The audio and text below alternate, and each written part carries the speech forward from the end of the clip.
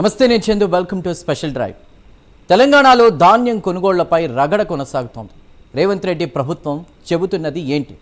క్షేత్రస్థాయిలో పరిస్థితులు భిన్నంగా ఉన్నాయా? ప్రభుత్వం కొనుగోలు చేస్తున్న ధాన్యం ఎంత? ఇప్పటి వరకు ఎంత కొనుగోలు చేశారు?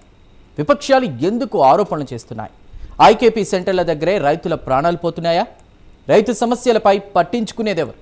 కేంద్రం నిర్లక్ష్యంగా ఉందని రాష్ట్ర సర్కార్, రేవంత్ రెడ్డి ప్రభుత్వమే పట్టించుకోవడం లేదని బీజేపీ పరస్పరం ఆరోపణలు చేసుకుంటున్నాయి. బీఆర్ఎస్ నేతలు సైతం రైతుల దగ్గరకు వెళ్లి పరామర్శిస్తున్నారు.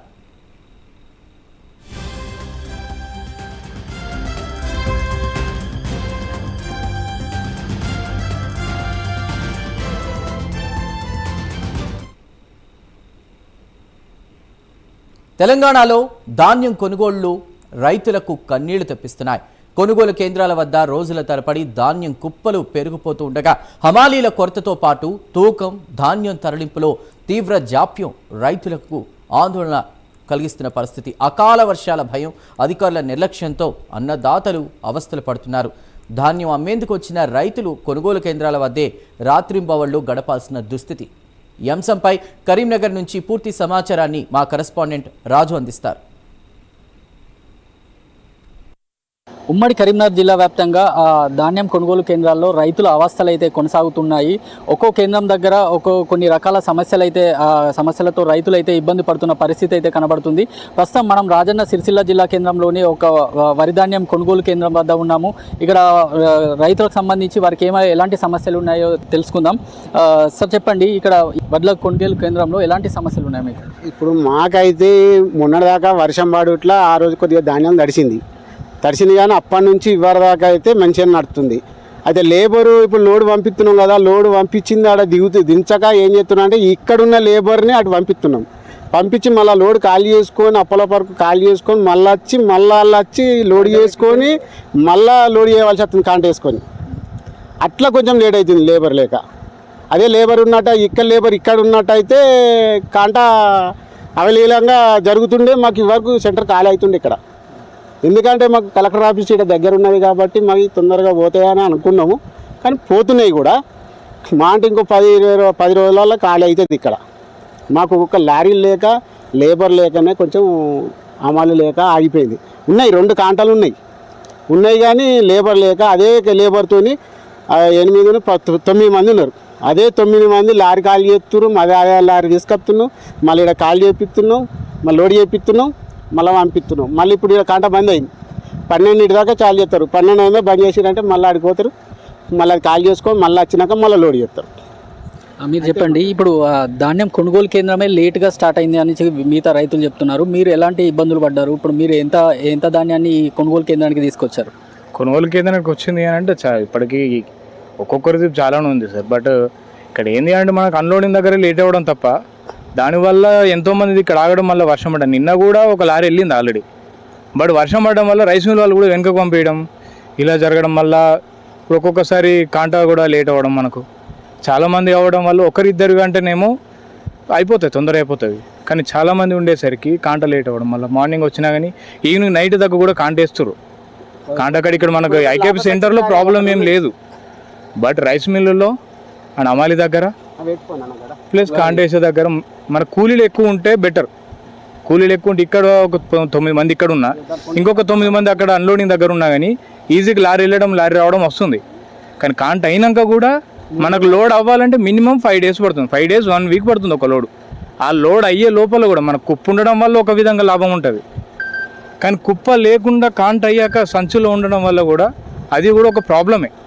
ఇలా ఏంటంటే ఇప్పుడు వెయిట్ లాస్ రావడం, ఒక రైస్ మిల్కి వెళ్తే వెయిట్ లాస్ అన్నాడు, ఒక రైస్ మిల్కి వెళ్తే వెయిట్ లాస్ రాకుండా ఉండడం. ఇప్పుడు అప్పర్ పార్క్ అంటే మాకు ఈజీగా అయిపోతుంది, వెయిట్ లాస్ ఉండదు, ఏది ఉండదు, డైరెక్ట్ అక్కడికి వెళ్ళి దించుకోవడమే. రైతులకు అదొక బెనిఫిటే. కానీ అది వెళ్ళాలంటే కూడా అక్కడికి ఇప్పుడు అమలు వాళ్ళని మేము తీసుకెళ్తే వాళ్ళకి ఇంత అమౌంట్ కట్టేయాల్సి వస్తుంది రైతు. అట్లా కూడా నష్టపోవాల్సి వస్తుంది రైతు. అదే అమౌంట్ అక్కడ కూలీలు ఎక్కువ పెంచుంటే ఇప్పుడు మాకు ఇక్కడ రైతుకు ఒక 4 రూపీస్ మిగులుతాయి, 4-5 రూపీస్ అయినా మిగులుతాయి. అవి కూడా లాభమే కదా. ఆ విధంగా నష్టాలను కొంచెం క్లియర్ చేస్తే బెటర్. కూలీలు ఎక్కువ పెంచితే ఇంకా కొంచెం బెటర్ ఉంటుంది. మీరు చెప్పండి సార్, అంటే ఇక్కడ అకాల వర్షాల వల్ల కూడా రైతులు ఇబ్బంది పడుతున్నట్టు దృష్టికి వచ్చింది. మీరు ఎలాంటి ఇబ్బందులు పడ్డారు? మీరు ఎంత ధాన్యాన్ని తీసుకొచ్చారు ఈ కొనుగోలు కేంద్రం? 5-6 ట్రాక్టర్లు తీసుకొచ్చినాం, ఎండ పోసినాం. తర్వాత వర్షం పడ్డది, వర్షం పడ్డ తర్వాత కూడా మళ్ళీ పోసినాం. మళ్ళీ పోసుకున్నాక ఇప్పుడు రైతులు మన అమాలి కొరత చేయబట్టి అట్లా అయిపోతున్నాయి అంతే.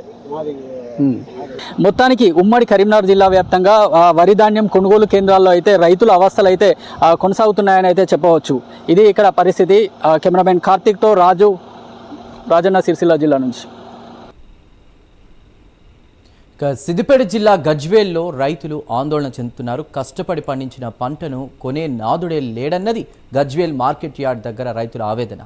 నెల రోజుల నుంచి ధాన్యం, మొక్కజొన్న, సన్ఫ్లవర్ కొనుగోలు చేయడం లేదంటున్నారు. గన్నీ బ్యాగులు ఇవ్వడం లేదన్నారు. వర్షం వస్తే లక్షల విలువైన పంట తడిచిపోతుందన్నారు. ఇప్పటికైనా ప్రభుత్వం పంటను కొనుగోలు చేయాలని వేడుకుంటున్నారు రైతులు. ఇదే అంశంపై మా ప్రతినిధి నాగేంద్ర అందిస్తున్న వివరాలు ఇప్పుడు చూద్దాం.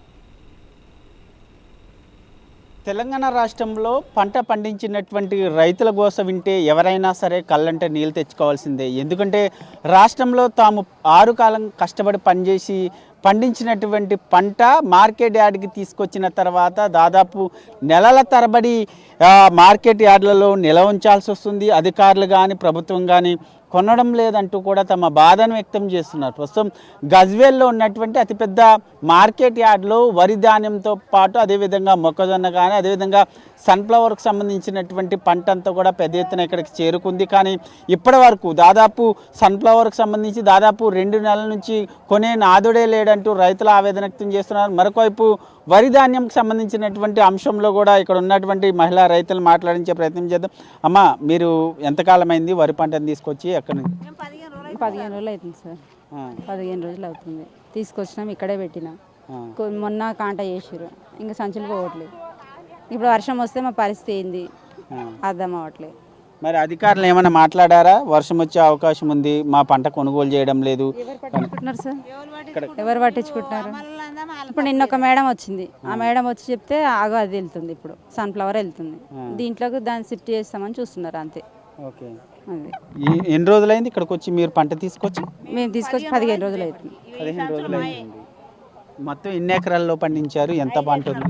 5 ఎకరాల్లో. 5 ఎకరాల్లో పంట తీసుకొచ్చి 5 ఎకరాల పంట ఇప్పుడు 3-4 లక్షల పంట. ఇప్పుడు వర్షం పడితే ఖరాబ్ అవుతుంది. 3-4 లక్షల రూపాయల పంట. మరి ఇప్పుడు బీజేపీ వాళ్ళు వస్తున్నారు, వచ్చి ఇప్పుడు విజిట్ చేశారు కదా, ఏం చేసేది లేదు. వాళ్ళు వచ్చి ఇదే ఫోటోలు తీసుకోవడం, చూసుకోవడం, చెప్పడం తప్ప తీసుకెళ్తలేరు, పంపిస్తలేరు. మరి వాళ్ళు వస్తున్నారని తెలిసి అధికారులు ఏమన్నా వచ్చారు ఇక్కడికి? నిన్న ఒక ఆవిడ వచ్చింది, నిన్న మేడం అనేటం ఒక ఆమె వచ్చింది. ఆ మేడం వచ్చి చెప్తే ఇప్పుడు అవి వెళ్తున్నాయి, ఇవి లారీలు అవుతున్నాయి. అట్లా అమ్మ మీరు చెప్పండి, ఎందుకు చెప్పండి. ఇద్దరం ఒకటే సార్. ఏం చెప్తున్నారు అడుగుతుంటే? ఏం చెప్తున్నారు అంటే ఏం చెప్పాలి, మేము తెలిసి 15 రోజులు అవుతుంది. 15 రోజులు అవుతుంది. 15 రోజుల ఎవరు కొంటలేరు. ఒక పట్టు ఇచ్చిర్రు, మేము ఒక పట్ట కప్పుకున్నాము. మరి ఒకవైపు ఏం కొనే టైంలో తరుగు అని చెప్పి ప్రతి బస్తాకి 2 కేజీలు 4 కేజీలు 2 సంచులు నింపి కట్ చేస్తారు, అందులో 2 కిలోలు కట్ చేస్తారు తడిస్తే. మళ్ళీ సంచులు పల్టీ మార్చాలి అంటారు. మాదే రైతే మునుగుతాము. మరి హమాలీలకు సంబంధించి మళ్ళీ మార్చాలి, ఇదంతా డబ్బులు కట్టాలి, మళ్ళీ డబ్బులు మాయే. ఇది మొత్తానికి చూసుకుంటే ఇక్కడ ఉన్నటువంటి పంటకు సంబంధించినటువంటి అంశంలో రైతులంతా కూడా తమ ఆవేదన వ్యక్తం చేస్తున్నటువంటి పరిస్థితి ఉంది. ఇప్పటికే మనం చూస్తున్నటువంటి వరి ధాన్యాన్ని తీసుకొచ్చి ఇప్పటికే 15 రోజులు అవుతుంది. ఇప్పటివరకు కూడా ఈ ధాన్యాన్ని కొనుగోలు చేసేటటువంటి ప్రయత్నం చేయడం లేదు. మరొకవైపు ఇక్కడ ఉన్నటువంటి ఇంకా వరి ధాన్యానికి సంబంధించినటువంటి కుప్పల్లో దాదాపు నెలల తరబడి ఇక్కడే ఉన్నాయి, కొనుగోలు చేయడం లేదు. గన్నీ బ్యాగులు లేవు. అదేవిధంగా పట్టినటువంటి గన్నీ బ్యాగులతో పట్టినటువంటి వరి ధాన్యాన్ని తరలించేందుకు లారీలు లేవంటూ కూడా రైతులంతా తమ ఆవేదన వ్యక్తం చేస్తున్నటువంటి పరిస్థితి. ముఖ్యంగా ఇప్పటికైనా, ఎందుకంటే ఒకవైపు తెలంగాణ రాష్ట్రంలో గత 2-3 రోజులుగా చిరుజల్లులతో కూడుకున్నటువంటి వర్షాలు పడుతున్నటువంటి తరుణంలో వరి ధాన్యం అంతా కూడా తడిసిపోతుంది అనేటటువంటి భయోందోళనలో ప్రధానంగా రైతులు ఉన్నారు. ఇప్పటికైనా ప్రభుత్వం వెంటనే చలించి ఇక్కడ ఉన్నటువంటి రైతులు కాదు, రాష్ట్ర వ్యాప్తంగా ఉన్నటువంటి రైతులు పండించినటువంటి పంటని వెంటనే కొనాలంటూ కూడా వారంతా కూడా ఆవేదనతో డిమాండ్ చేస్తున్నటువంటి పరిస్థితి అయితే కనిపిస్తుంది అని చెప్పాలి. వీడియో జర్నలిస్ట్ శ్రీనివాస్తో నాగేంద్ర, గజ్వేల్ నుండి. గన్నీ సంచుల కొరతకు తోడు లారీలు రాకపోవడంతో ధాన్యం మొక్కజొన్నలు అమ్ముకోవడంలో వరంగల్ జిల్లా రైతులు తీవ్ర ఇబ్బంది పడుతున్నారు. ఇప్పటికే వడదెబ్బతో కొనుగోలు కేంద్రాల్లోనే పలువురు రైతులు మృతి చెందిన దుస్థితి ఉంది. పంటను అమ్మడానికి రోజుల తరబడి కొనుగోలు కేంద్రాల్లోనే పడిగాపులు కాస్తున్నారు రైతులు. ఇదే అంశంపై మా కరెస్పాండెంట్ తిరుపతి అందిస్తున్న వివరాలు ఇప్పుడు చూద్దాం. ఉమ్మడి వరంగల్ జిల్లా వ్యాప్తంగా వరి ధాన్యం మొక్కజొన్నలు ఆలస్యంగా కొనుగోలు జరుగుతున్న నేపథ్యంలో రైతులు తీవ్ర అవస్థలు పడతా ఉన్నారు. ఉమ్మడి వరంగల్ జిల్లా వ్యాప్తంగా 1165 ఐకేపీ కేంద్రాలను అధికారులు ఏర్పాటు చేసినప్పటికీ కూడా గన్ని సంచుల కొరత కావచ్చు, లారీల కొరతతో రైతులు రోజుల తరబడి ఐకేపీ కేంద్రాల దగ్గర పడిగాపు కాల్సినటువంటి దృశ్యాలు కనిపిస్తూ ఉన్నాయి. చూస్తున్నా మన విజువల్స్లో కూడా ప్రస్తుతం ఇప్పుడు హన్మకొండ జిల్లా ఐకేపీ ఆలపల్లికి సంబంధించిన ఐకేపీ కేంద్రం దగ్గర చూడొచ్చు. ఇక్కడ విజువల్స్లో రైతులంతా కూడా రోజుల తరబడి వడ్లను పోస్తూ ఉన్నారు. కానీ లారీలు కావచ్చు, ఇటు గన్ని సంచుల కొరతతో అధికారులు తీసుకురావట్లేదు, ఆలస్యంగా జరుగుతున్నాయి. ఒకవైపు ఎండలు మండిపోతా ఉన్నాయి. 46 డిగ్రీలకు పైగా ఎండలు కొడుతున్న నేపథ్యంలో అనేక మంది రైతులు ఇప్పటికే వడదెబ్బతో మృతిచెందినటువంటి పరిస్థితులు చూసాం. మరొక వైపు ములుగు జిల్లా, జనగామ జిల్లాలో అకాల వర్షాలు కురిసినప్పటి నేపథ్యంలో రాత్రంతా వర్షం నేపథ్యంలో వడ్లు మొక్కజొన్న తడుస్తున్నాయి. మళ్ళీ తెల్లవారు వచ్చి మళ్ళీ ఆరబోయడం, మళ్ళీ వచ్చిన తర్వాత అధికారులు తేమ రాలేదని చెప్పినటువంటి సాకులతో ఇలా రైతులు తీవ్ర ఇబ్బందులు పెడుతున్నట్టు కూడా రైతులు వాపోతున్నటువంటి పరిస్థితి. నాకు అందుబాటులో కొంతమంది రైతులు వాళ్ళతో మాట్లాడడం. ఎంత ఉంది మొత్తం ఎన్ని రోజులు అయితే మీరు ఇక్కడ పోసి ఎట్లాంటి ఇబ్బందులు పడుతున్నారు? 4 రోజులు సార్, 4 రోజులు తెలంగాణ బంధు ఈయన సత్తాను ఎండ పోసుకుంటూ ఉంటాను సార్. అదే బండ్లు రాక బస్తా బారదాన్ రాక ఉండడు అయితే 4 రోజులు అయితే ఇప్పుడు ఇక్కడ ఉండవు. ఎన్ని ఎకరాల వడ్లు ఇవి? 5 ఎకరాల వడ్లు. ఈయనే ఉంటాను 4-5 రోజులు సంది. ఈయన బారదాన్ రాక ఎండ పోసుకుని ఈయనే ఉంటాను. అంటే ఎందుకు లేట్ అయితే మరి ఏం చెప్తున్నారు? ఏమో మళ్ళీ లారీలు వస్తలేవు అంటాను, ఏదో బత్తాలు వస్తలేవు అంటాను. ఇదే ముచ్చట. ఎట్లాంటి ఇబ్బంది పడతారు? ఒకవైపు ఎండ బాగా కొడుతుంది, బాగా కొడుతుంది సార్. ఎండకి ఇబ్బంది అయితే అంటే సూర్య పడతాండి, సూర్య పడతాను సార్. ఎండకు తలగెత్తా అంటే వస్తాను, వేడై మనసులో గౌరవం అవుతాను. మీకు ఎన్ని సంచులు అవసరం పడితే ఎప్పుడు ఇస్తా అంటున్నారు మరి అధికారులు? ఏవో వస్తానే అంటాను, బత్తాలు వస్తలేవు వస్తలేవు సార్. అంటే ఇప్పుడు 4 రోజులు సంది ఖాళీ సంచులు భారతాన్ని పంపుతానంటారు, వస్తానే అంటారు, వస్తాయి లేవా. ఎప్పుడన్నా ఇట్లాంటి ఇబ్బంది పడరా? ఎట్లా ఉంది గతంలో? ఎట్లుండే ఈసారి ఎట్లుంది? ఈసారి అయితే బాగా ఇబ్బంది అవుతుంది సార్. పోయినసారి కాకుండా ఈసారి అయితే బాగా ఇబ్బంది అవుతుంది. మనతో పాటు మరి కొంతమంది రైతులు ఉన్నారు. ఎట్లా ఎంత పొలం పండించి మీరు ఎట్లా ఎంత ఇబ్బంది పడుతున్నారు? ఏం చెప్తారు? ఎండకు కష్టపడతారు రైతులు. భారతాలు వస్తలేదు సరిగా, లారీలు వస్తలేవు. రైతు మొత్తం ధీమాలు తీస్తున్నారు. కళ్ళ ఎండల చనిపోతున్నారు ఒక్కొక్కరు. వాళ్ళు పట్టించుకుంటలేరు గవర్నమెంట్. ఏం చెప్తున్నారు? గన్ని సంచులు లారీ కొరతకు సంబంధించి అడుగుతే అధికారులు ఏం చెప్తున్నారు? అధికారులు రాలేవు, లారీలు వస్తలేవు, ఇవి వస్తలేవు అని చెప్తారు రైతులకు. చెప్తాంటే రైతులు నిజమని వాళ్ళు అనుకుంటారు. తెలియని వాళ్ళు కదా. ఏం ఎక్కువ శాతం వ్యవసాయాలు పండించుకుంటా భూములల్లో వాళ్ళు ఉండేటోళ్ళు రైతులు. ఈ వరకు నడతలేవు. ఇక్కడ ఎండకు ఆగిపోతున్నారు రైతులు మొత్తం. చిన్నప్పటి నుంచి ఇట్లాంటి పరిస్థితులు చూసిరా? ఈసారి కొంత బాగా ఇబ్బంది పడుతున్నట్టు ఎట్లుంది? బాగా అవుతుంది ఈసారి, బాగా ఇబ్బంది ఉన్నది రైతుకు. అంగగోళం అవుతాళ్ళు ఒక్కొక్కడు. ఆ ఎండలకు కాలిపోవడు, బండి వేసుకొని పోతే మొక్కజొన్న అంటుకున్నాడు, పెట్రోల్ తలిగి మనిషి చనిపోయాడు. అట్లున్నాయి పరిస్థితులు. ఏం పని చేస్తలేరు.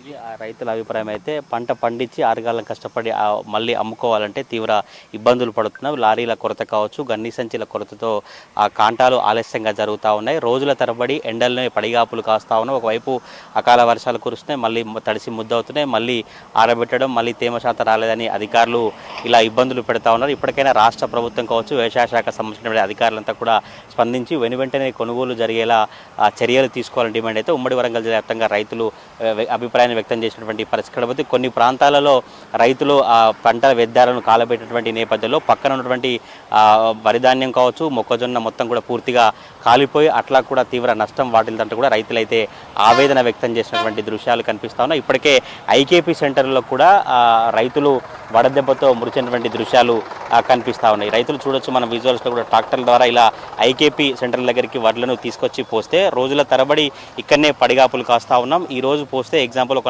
5-10 రోజుల వరకు కూడా ఇలానే ఐకేపీ సంబంధించినటువంటి అధికారులు గన్ని సంచులు రావట్లేదు, లారీలు రావట్లేదంటూ కూడా రోజుల తరబడి ఇక్కడనే ఉంచుతున్నారు. తీవ్ర ఇబ్బందులు పడుతున్నామంటూ కూడా ఉమ్మడి వరంగల్ జిల్లా వ్యాప్తంగా రైతులు చెప్పినటువంటి పరిస్థితి కనబడితే ఐకేపీ కేంద్రం దగ్గరికి వెళ్తే రైతుల ఆవేదన అంతా ఇంత కాదు. ఏ రైతు మాట్లాడినా కూడా తీవ్ర అవస్థలు అవస్థలు పడతా ఉన్నాం. ఎండకు ఇటు రోజంతా ఒక్కనే ఐకేపీ దగ్గర ఉండి వడదెబ్బకు గురై చాలామంది రైతులు మురిచినటువంటి దృశ్యాలు అయితే కనిపిస్తూ ఉన్నాయి. ఉమ్మడి వరంగల్ జిల్లా వ్యాప్తంగా మాత్రం కొనుగోలు ఆలస్యంగా జరిగిన నేపథ్యంలో రైతులు తీవ్ర అవస్థలు పడతా ఉన్నారు.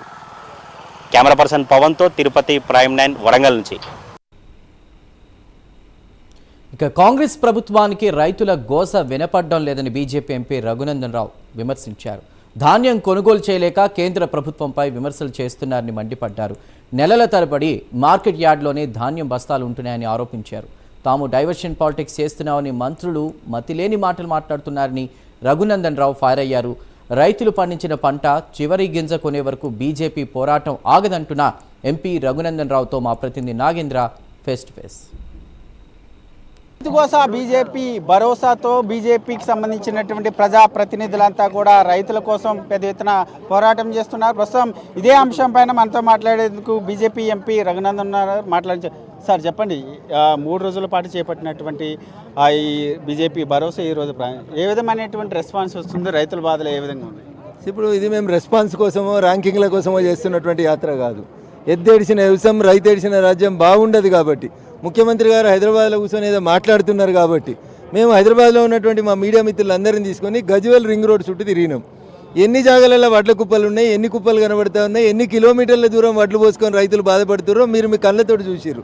కాబట్టి దయచేసి ఈ విషయాన్ని రాష్ట్ర ముఖ్యమంత్రి గారి దృష్టికి తీసుకుపోయి వెంటనే ప్రతి గింజ కొనుగోలు చేసేలా చేయమని చెప్పి మేము రాష్ట్ర ప్రభుత్వాన్ని డిమాండ్ చేస్తా ఉన్నాం. బీజేపీ ఈ యాత్రతో అయినా ప్రభుత్వంలో కథలకు వచ్చిందని భావిస్తూ ఉన్నాం. నిన్నటి నుంచి కలెక్టర్లు, పిఎస్సిఎస్, సిఇఓలు అందరూ ఎక్కడికక్కడ కదిలి కొనుగోలు కార్యక్రమాన్ని ప్రారంభించినంటేనే Bharatiya Janata party involvement, Bharatiya Janata party కదలిక కాంగ్రెస్ లోపల ఎంత భయం కదిలించిందో ఒకసారి అర్థం చేసుకోవాలి. ఈ మార్కెట్ యార్డ్లో దాదాపు 2 నెలల నుంచి కూడా తమ పంటని ఇక్కడ పెట్టాము, ఇప్పటి వరకు కూడా కొనుగోలు చేయలేదని. ఆ పంట చివరి వరకు కూడా ముఖ్యమంత్రి గారి దృష్టికి వినబడేలాగా మీరు గట్టిగా చెప్పాలి.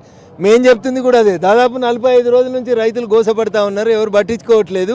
మేం కదులుతానైనా ప్రభుత్వం కదులుతుందని అనుకున్నాం, కదిలింది.